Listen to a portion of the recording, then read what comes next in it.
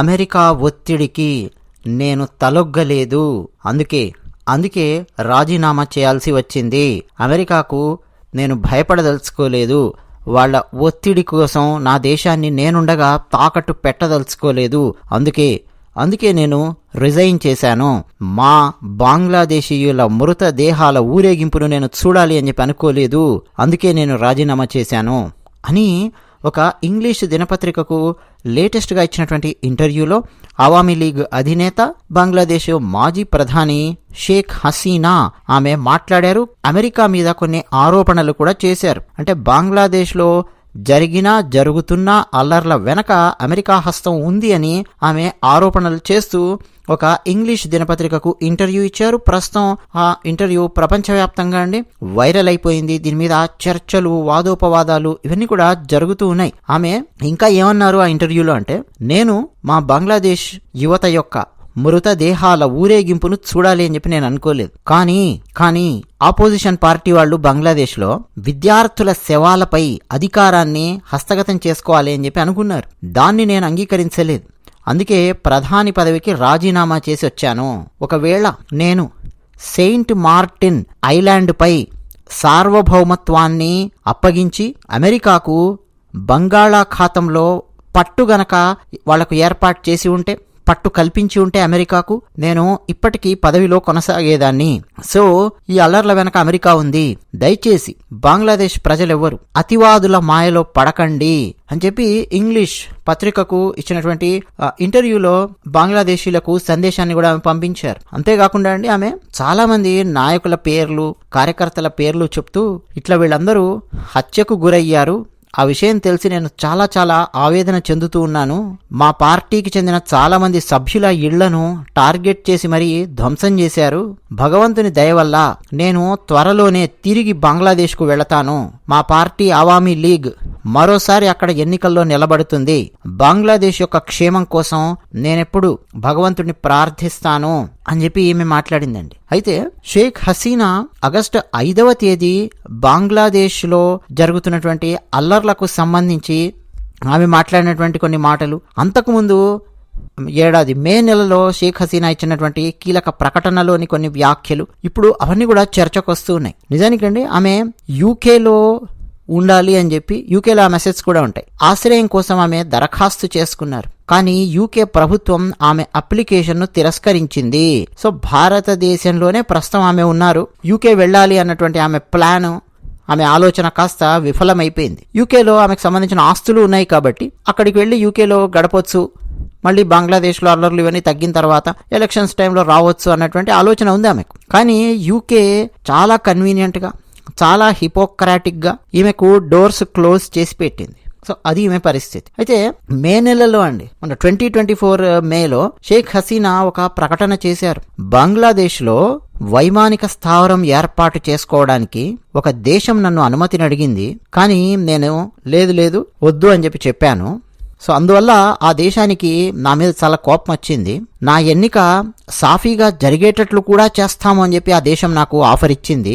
ఒకవేళ బంగ్లాదేశ్లో ఆ దేశానికి ఒక్క వైమానిక స్థావరాన్ని ఒక ఐలాండ్లో ఏర్పాటు చేసి ఉంటే అసలు బంగ్లాదేశ్లో అల్లర్లు జరిగేవి కావు, నేను ప్రధానిగానే ఉండేదాన్ని. కానీ వాళ్ళు ఇచ్చినటువంటి ఆ ఆఫర్ నేను ఒప్పుకోలేదు.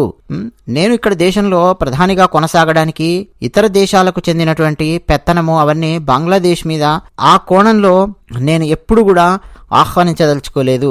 అందుకనే ఈ అల్లర్లు అని చెప్పి ఇప్పుడు ఈమె మాట్లాడినటువంటి మాటలు, అప్పుడు మేలో ఆమె మాట్లాడినటువంటి మాటలు రెండు కలిపితే ఆమె మే నెలలోనే అమెరికాకు ఒక స్ట్రాంగ్ డోస్ ఇస్తున్నట్టుగా మాట్లాడింది. అయితే ఆమె మాట్లాడినటువంటి మాటల్లో అమెరికా పేరు ఎత్తలేదు మే నెల.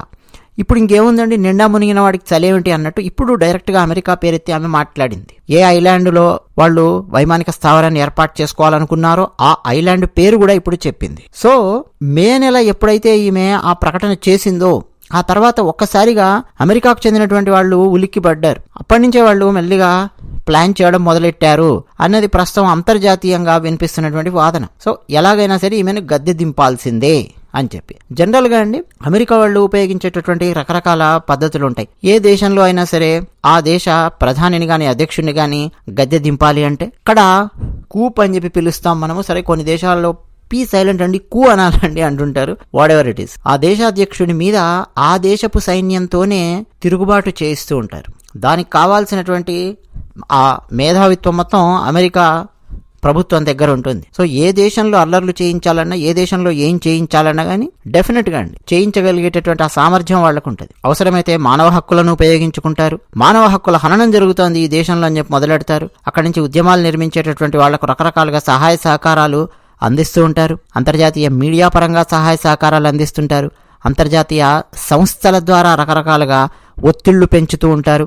ఆ దేశంలో ఉండే విద్యార్థుల వైపుకు మెల్లిగా ఒక విప్లవాత్మకమైన ఒక వేవ్ క్రియేట్ అయ్యే విధంగా చాలా తెలివిగా రకరకాల బాణాలన్నింటినీ సిద్ధంగా చేసి ఆ దేశపు విద్యార్థులకు లేదా రైతులకు లేదా ఆ దేశంలో ఉండే రకరకాల వ్యక్తులకు అందిస్తూ ఉంటారు. ఇవన్నీ కొన్ని దేశాలలో జరిగినటువంటి విప్లవాలు, కొన్ని దేశాలలో దేశాధ్యక్షులను దింపే ప్రయత్నాలు అవన్నీ చూస్తుంటే మనకు అర్థం అవుతూ ఉంటుంది. ఇంకా ఆఫ్రికాకు సంబంధించిన చరిత్ర కనుక మనం చదివితే గత 50-60 ఏళ్లది మనకి ఇంకా బాగా అర్థం అవుతుంది. సో ఈమె ఇప్పుడు ఒక్కసారిగా అమెరికా మీద డైరెక్ట్గా విమర్శలు అవన్నీ కురిపిస్తూ ఉండడంతో ఈమె చేస్తున్నటువంటివన్నీ కేవలం ఆరోపణలే అని చెప్పి అమెరికాకు సంబంధించినటువంటి వాళ్ళు తిప్పి కొడతారా లేదా అనేది వెయిట్ చేయాల్సిందే మనం. అయితే ఒక దేశానికి బంగ్లాదేశ్లో వైమానిక స్థావరం ఏర్పాటు చేసేందుకు అనుమతిస్తే నాకు ఏ సమస్య ఉండేది కాదు.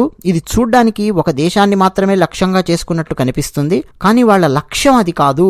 అది ఎక్కడికి వెళుతుందో నాకు తెలుసు. మరిన్ని సమస్యలు ఎదుర్కోవచ్చు, ఆందోళన చెందకండి. నేను బంగ్లాదేశ్ జాతిపిత బంగబంధు షేక్ ముజిబుర్ రెహమాన్ కుమార్తెను అని చెప్పి వాళ్ళకి చాలా స్పష్టంగా చెప్పాను. మా స్వాతంత్ర పోరాటాన్ని మేము గెలిచి సాధించుకున్నామని చెప్పి స్పష్టంగా ఆ దేశానికి చెప్పాను. నా దేశాన్ని ఎవడికో అద్దెకు ఇచ్చో లేకపోతే నా దేశాన్ని ఎవడికో అప్పగించో అధికారంలోకి రావాలని చెప్పి నేను కోరుకోవటం లేదు. ఈస్ట్ తైమూర్ లాగా వాళ్ళు కూడా బంగ్లాదేశ్లోని ఒక చోటా గ్రామ్ లేకపోతే మయన్మార్లోని కొంత భాగాన్ని విడగొట్టి కొత్త దేశం ఏర్పాటు చేస్తారు. వాళ్ళ గనక మన బంగ్లాదేశ్లోకి అడుగుపెట్టే ఛాన్స్ ఇస్తే బంగాళాఖాతంలో ఒక స్థావరాన్ని ఏర్పాటు చేసుకుంటారు అని చెప్పి ఆమె చాలా స్ట్రాంగ్గా మాట్లాడారండి. అంటే అమెరికా కనుక ఒకవేళ కాలు పెట్టే సందు గనక ఇచ్చామా, బంగ్లాదేశ్ ఆ ప్రాంతం లోపల ఎక్కడైనా సరే ఒక ఐలాండ్ ఎక్కడైనా ఇచ్చామా వాళ్ళ వైమానిక స్థావరం కోసమో, మెల్లిగా వాళ్ళు బంగ్లాదేశ్లోని కొంత భాగాన్ని మయన్మార్లోని కొంత భాగాన్ని విడగొట్టి ఒక ప్రత్యేక దేశంగా చేయాలనేటటువంటి ఆలోచనల్లో ఉన్నారు. తద్వారా వాళ్ళు వేరే లక్ష్యాన్ని సాధించాలనుకుంటున్నారు, కానీ దెబ్బ మనకు పడుతుంది. ఇవన్నీ కూడా ఈమె మాట్లాడారు. అంటే ఏంటి ఆ వేరే లక్ష్యము, ఇవన్నీ ఆలోచిస్తే ఏం లేదండి. చైనాకు చెక్ పెట్టడం కోసం అమెరికా బంగాళాఖాతంలో ఒక స్థావరాన్ని ఏర్పాటు చేసుకునేటటువంటి పథకం అన్నమాట. సో ఇట్లా చాలా సంక్లిష్టంగా అండి ప్రపంచం తయారయ్యింది, ప్రపంచ రాజకీయాలు తయారయ్యాయి. సో షేక్ హసీనా మళ్ళీ తిరిగి బంగ్లాదేశ్కు వెళుతుందా లేకపోతే వెళ్ళదా, మళ్ళీ ఎన్నికల టైంలో అక్కడికి వెళ్తుందా ఏంటనేది మనకు తెలియదు. కానీ ప్రస్తుతం బంగ్లాదేశ్ మాత్రము నోబెల్ ప్రైజ్ విన్నర్ ఆయన చేతుల్లో అయితే ఉంది. పేరు నోబెల్ ప్రైజ్ విన్నర్ అని చెప్పి మనకి వినిపిస్తుంటే చాలా సంతోషంగా ఉంటుంది. కానీ అండి నోబెల్ ప్రైజ్ వచ్చినటువంటి వాళ్ళందరూ మహానుభావులు అని చెప్పి పొరపాటున అనుకోకండి. పచ్చి భారత వ్యతిరేకి అండి ఈ నోబెల్ ప్రైజ్ విన్నర్. బంగ్లాదేశ్ ప్రస్తుతం ఉన్నటువంటి తాత్కాలిక ప్రధానమంత్రి యూనస్. తర్వాత బంగ్లాదేశ్లో ఎన్నికలు జరిగి కొత్త ప్రధానమంత్రి వచ్చారనుకోండి, ఆ కొత్త ప్రధానమంత్రికి కూడా ఇప్పుడున్నటువంటి తాత్కాలిక ప్రధానమంత్రి యూనస్ సలహాదారుగా ఉంటాడు. సలహాలు ఏమిస్తాడు ఆయన? భారత వ్యతిరేక సలహాలు ఇస్తాడు. భారతదేశానికి బంగ్లాదేశ్కు మధ్య శత్రుత్వం పెంచే సలహాలు ఇస్తాడు. భారతదేశం మీద రకరకాలుగా ఒత్తిళ్లు తీసుకొచ్చే విధంగా సలహాలు ఇస్తాడు. పైగా ఈ యూనస్ అమెరికాలో చాలా ఏళ్లు ఉండొచ్చాడు. ఇట్లా చాలా కాంప్లెక్సిటీ ఉంది. దీంతో పాటు ఈ గేమ్లో ఆల్రెడీ చైనా కూడా ఉంది అన్నటువంటి ఆరోపణలు ఉన్నాయన్నమాట. సో బంగ్లాదేశ్లో చైనా కూడా రకరకాలుగా ప్రవేశించాలని చెప్పి ప్రయత్నం చేస్తోంది అన్నటువంటి ఆరోపణలు కూడా ఉన్నాయి. ఎందుకంటే ఒక పెద్ద ప్రాజెక్ట్ అండి షేక్ హసీనా ఉన్నప్పుడు మన బంగ్లాదేశ్కు ఇచ్చారు. షేక్ హసీనా చైనాకి ఇవ్వలేదు.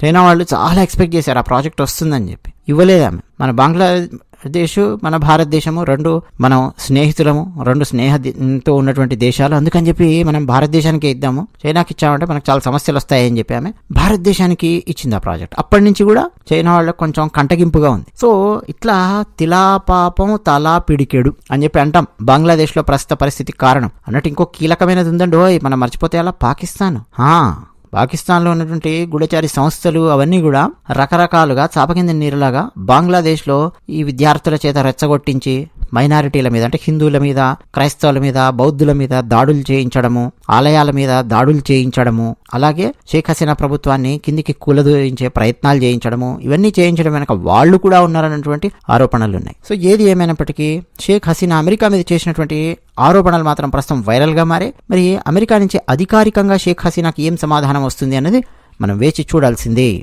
అదే విషయం. మా ఛానల్ నచ్చితే సబ్స్క్రైబ్ అవ్వండి, వీడియో నచ్చితే ఒక లైక్ కొట్టండి. ధన్యవాదాలు.